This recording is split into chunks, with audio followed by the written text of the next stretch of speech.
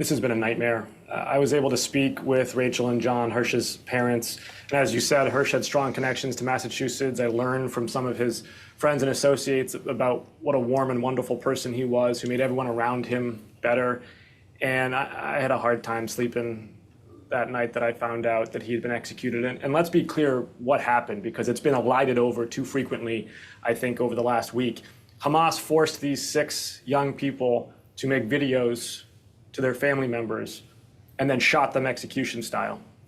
Hamas is a barbaric, nihilistic organization, and it can have no role in post-war governance in Gaza because this cycle of depravity will repeat itself. They have broken every ceasefire they have ever affixed their seal to. They have the destruction of Israel as part of their charter, and they will take and execute more hostages. They will rape more Israeli and Arab women, and they will continue to immiserate the Palestinian people. Well, Congressman, as a combat veteran Marine, you bring a unique perspective that we'd like you to draw on in this case, because there are, of course, questions now about what else the IDF can do here, what else the Israeli military can accomplish, particularly if it involves pulling out of the Philadelphia corridor that we've been talking about along the border with Egypt. As a warrior yourself, is it possible for the IDF to extract hostages using force, using rescue operations? Well, as someone who was a platoon commander myself, I think I know enough as a politician to not wade in on tactical questions that I don't have field firsthand knowledge of. But I will, of course, say that, as Clausewitz wrote more than a century ago, all military operations are an extension of politics by other means. And what that means is it is never sufficient in a war to purely have a military stratagem. You also need a political stratagem to complement those operations. And this is my frustration with Prime Minister Netanyahu. It's not that he is insisting on Israel's security. It's not that he's insisting on Hamas being excluded from post-war governance. I agree with him on those things. My frustration with the Prime Minister is that he is not offering a vision of reconstruction for Gaza, Palestinian-led, Arab-supported, Western-backed, that would truly drain Hamas's political capital, because that is what Sinwar fears. Sinwar does not fear destruction. Sinwar does fear reconstruction, and Prime Minister Netanyahu is not offering that. Well, it does seem, sir, that the president may share in that frustration. He has said on the record this weekend that no, he does not think Benjamin Netanyahu is doing enough to secure a ceasefire. But is President Biden doing enough? Is there more the U.S. government could be doing to exercise leverage over both Israel and Hamas here?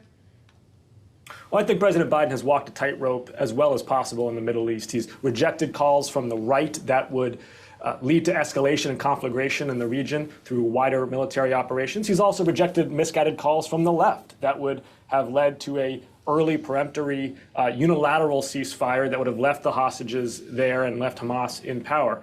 But there are no good answers on any day in the Middle East, and the president's doing his utmost to get the hostages home and to offer a positive agenda for Gaza as opposed to the nihilistic one that Hamas offers. I would say, though, that sometimes you got to make the problem bigger. And what I mean by that is, this is not just about Israel versus Hamas. This is about an axis of authoritarians and terrorists stretching from China and Russia through Iran and its proxy terror forces in the Middle East. And one thing that we could do to enact more leverage over these proxy terror forces is to cut off Iran's oil revenues by getting China to agree to stop importing Iranian oil. Right now, Iran is filling its coffers with Chinese money. It's using that money to fund proxy terror forces in the Middle East. And if we can get that deal with China, which I will admit would be tough, but if we can get that deal with China, we got a lot more leverage in the Middle East. Well, Congressman, as we consider the strained relations between the Biden White House and Benjamin Netanyahu here, we recall hostages being released, a hostage deal, the day that Ronald Reagan was brought into office. And I wonder if you're concerned about a Trump effect here. If the narrative is correct that Benjamin Netanyahu has a better and more trusting relationship with Donald Trump, and that he may be waiting for a Trump administration to strike a deal. I'm not going to opine on Prime Minister Netanyahu's domestic or foreign political machinations. The United States is going to work with the elected head of government that Israel sends, and we are going to try to strike a deal for a temporary ceasefire and hostage return, and also ensure that Hamas is not permanently in place in Gaza. And I think it's important that we remember that the U.S.-Israel relationship is grounded on values that are much more resilient than any given personalities, either on our side or on their side. This is about democracy. This is about freedom. This is about the rule of law. And while we may have frustrations and disagreements, we are on the same side of civilization versus barbarism. Hamas is on the other side. Well, if you, sir, don't want to weigh in much on Israel politics, would love to discuss more U.S. politics with you, considering you'll be returning here to Washington next week, along with your colleagues in the House and the Senate, with just a few weeks to go until a government funding deadline. What exactly are you bracing for, sir? Do you expect you're going to have to vote on a continuing resolution? What I'm bracing for is for the Republicans to refuse to act like grown-ups. This is such a preventable government shutdown scenario. Earlier in this Congress, we passed a big bipartisan bill that reduced the federal deficit and responsibly funded federal programs and services, things from Head Start to the U.S. military. It was agreed to by Republican Speaker Kevin McCarthy and Democratic President Joe Biden. It passed with big bipartisan majorities. And then a few weeks later, the Republicans ran away from it. I mean, that's not how grown-ups operate in Washington, D.C. When you shake hands, you are good to your word. And so the Republicans need to act like adults.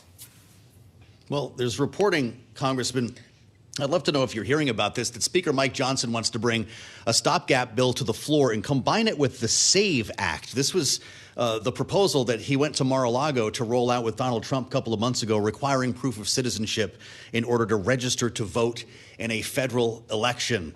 I know it's primary day up there in Massachusetts, and it's maybe apples and oranges in this case, but the narrative in Washington is this increases the chances of a shutdown.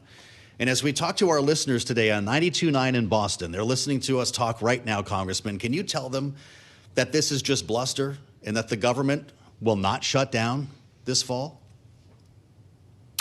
If Hakeem Jeffries had the speaker's gavel, I could tell them that. But with Republican Speaker Mike Johnson, no, I can't tell them that because he doesn't seem willing to act like a grown-up. This is exactly what I'm talking about. The SAVE Act is making up a problem that does not exist and attaching it to a problem that does exist, which is the federal government imminently shutting down, and trying to conflate the two for political cheap shots.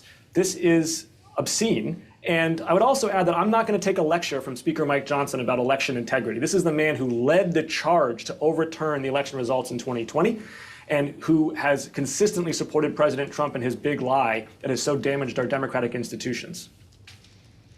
And finally, sir, we have about a minute left on the subject of elections. Your seat, of course, is safe. You are running unopposed, but that doesn't go for a number of your colleagues. With Kamala Harris at the top of the Democratic ballot, are you more confident that you will be a member of the majority, not the minority, come next January? It's going to be a close run thing. Yes, I feel confident, but we got to work for every vote, for every day between now and Election Day. The path to a House majority runs through a couple dozen House seats across a few states, and we need to demonstrate that the Democrats are talking about the future, whereas the Republicans are talking about the past. You got Donald Trump talking about, for example, a tax policy that dates to the 1890s that would raise cost of living for the average American family by at least $2,000, whereas we got Kamala Harris talking about making housing more affordable. That is the contrast we need to drive home up and down the ticket.